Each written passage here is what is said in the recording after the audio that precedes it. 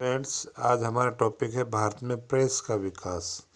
तो press, newspaper, printing press का जो विकास है उसको हमें पढ़ना है। तो ये यूरोपियंस के भारत आने के बाद में प्रिंटिंग प्रेस का भारत में आना और धीरे धीरे समाचार पत्र भी कैसे, साप्ताहिक समाचार पत्र, दैनिक समाचार पत्र, मासिक समाचार पत्र, ये अलग अलग टाइप के हैं। उसमें भी अंग्रेजी भाषा में, हिंदी भाषा में, स्थानीय क्षेत्रीय भाषाओं में ये जो है समाचार पत्र और पत्रिकाओं का प्रकाशन जो है होता रहा था।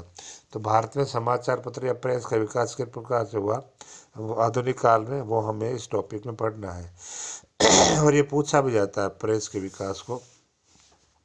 तो इसमें दो दो नंबर के क्वेश्चन भी जगह जगह बनेंगे। प्रथम कौन सा था, किसने चलाया, किस भाषा का था, है ना ये।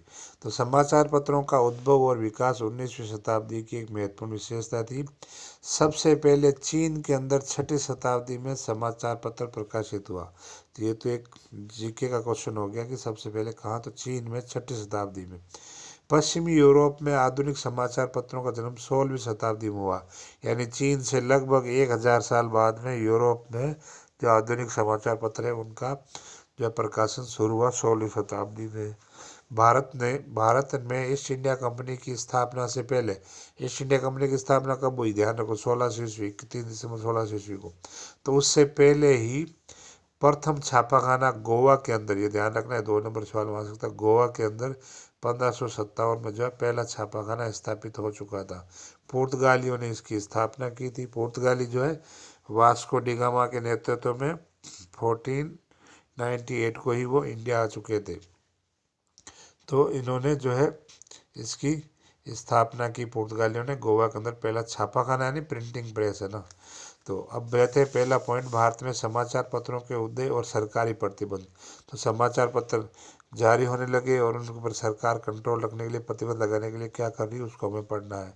तो भारत में समाचार पत्र के प्रकाशन का कार्य सर्वप्रथम गैर सरकारी अंग्रेज, मतलब जो ईस्ट इंडिया कंपनी के नहीं, जो गैर थे, निजी लोग थे अंग्रेज, उनसे जो है शुरुआत हुई।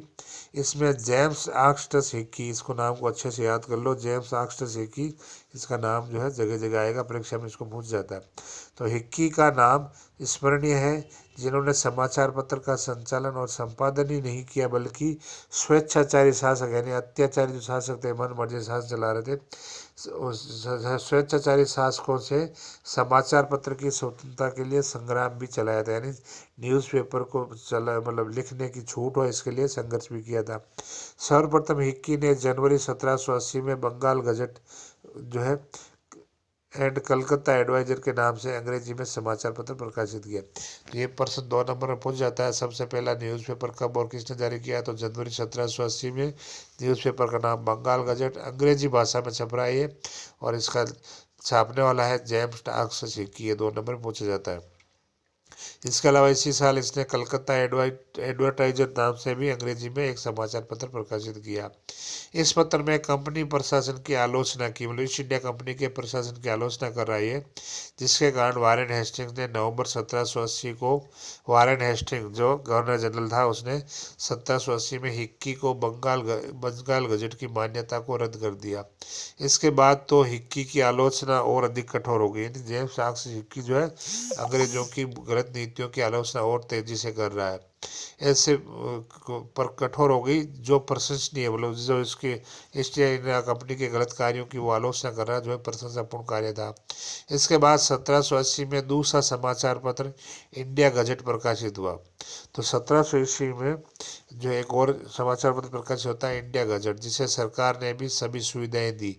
यानी ये ईस्ट इंडिया कंपनी के सपोर्ट वाला समाचार पत्र है। तो सुविधाएं दी, ये वारेन हेस्टिंग द्वारा समर्थित अखबार था, यानी यह ईस्ट इंडिया कंपनी के सपोर्ट में लिखता था।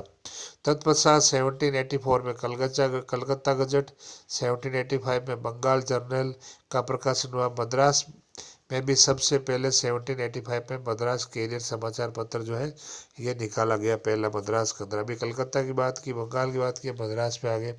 इसके बाद मद्रास में 1795 में मद्रास गजट निकाला गया।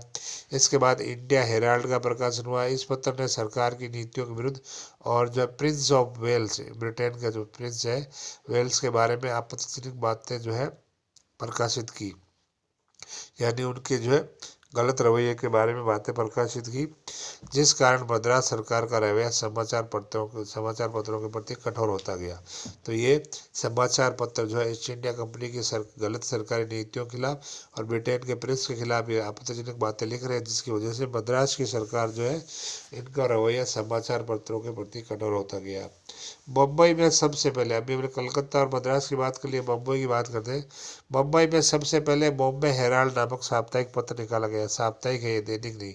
1789 में प्रकाशन शुरू हुआ। उसके बाद 1790 में बॉम्बे कैरियर, 1791 में बॉम्बे गजट का प्रकाशन हुआ और आगे चल करके बॉम्बे कैरियर ही टाइम्स ऑफ इंडिया कहलाया। टाइम्स ऑफ इंडिया जो न्यूज़पेपर आज भी आता है अंग्रेजी में, वो इसका मूल नाम बॉम्बे कैरियर था। आज भी देश का प्रमुख अंग्रेजी समाचार पत्र यह है, टाइम्स ऑफ इंडिया। इस प्रकार 18वीं शताब्दी के अंत तक बंगाल, मद्रास और मुंबई के प्रांतों में अनेक जो है सामाजिक तथा साप्ताहिक समाचार पत्रों का प्रकाशन होने लग गया और ये सभी पत्र जो है अंग्रेजी भाषा के थे। यानी अभी तक हमने जितने भी समाचार पत्रों की बात की वो सारे अंग्रेजी भाषा में प्रकाशित होने वाले थे। इस अवधि में समाचार पत्रों पर कुछ प्रतिबंध भी लगाए गए ईस्ट इंडिया कंपनी द्वारा, उनको कंट्रोल करने की कोशिश भी की गई। सेकंड पॉइंट लेते हैं समाचार पत्रों में भारतीय प्रयास, यानी भारतीयों ने जो है कौन कौन से समाचार पत्र निकाले और क्या थे। तो 19वीं शताब्दी में अंग्रेजी के साथ साथ देशी भाषाओं में भी समाचार पत्रों का प्रकाशन आरंभ हुआ। राजा राम मोहन राय की प्रेरणा से और समर्थन से और उनका निर्भीक नेतृत्व, बिना डरे हुए नेतृत्व पाकर भारतीय पत्रकारिता विकसित होने लगी। आत्मीय सभा के सहयोग से, जो सभा थी आत्मीय सभा के सहयोग से बंगाल में पहला जो भारतीय पत्र जो है बंगाल गजट, ये भारतीय भाषा का पहला समाचार पत्र बंगाल गजट था। अंग्रेजी में भी वही था और ये बंगला भाषा में बंगाल गजट है ना। तो इसकी तारीख है 15 मई 1818 ईस्वी में बंगाल गजट प्रकाशन हुआ। तो अगर ये पूछा जाए कि पहला भारतीय समाचार पत्र, तो वो भी बंगाल गजट है ना, लेकिन उसका सन था 1780। और ये पहला भारतीय भाषा में समाचार पत्र वो भी बंगाल गजट है, लेकिन बंगला भाषा में है। हिंदी का फिर और अलग हो जाएगा ना। तो ये 15 मई 1818 में प्रकाशित हुआ। ये भारतीय पत्र प्रगतिवादी हिंदू धर्म की विचारधारा से प्रभावित कर रहा था। 1818 में ही बंगाली भाषा में दिग्दर्शन नामक मासिक पत्रिका और समाचार दर्पण नामक साप्ताहिक पत्र प्रकाशित हुए। राजा राम मोहन राय ने 1822 में एक फारसी भाषा का पत्र मीरातुल अखबार, ये राजा राम मोहन राय का फारसी भाषा का अखबार, इसको ध्यान रखना, परीक्षा में पूछ जाता है, मीरातुल अखबार, और एक अंग्रेजी भाषा में ब्रह्म निकल मैगजीन का प्रकाशन किया। तो ये ध्यान रखना है, राजा राम मोहन राय के कौन से दो समाचार पत्रों का नाम लिखो, ऐसा पूछ जाता है प्रश्न।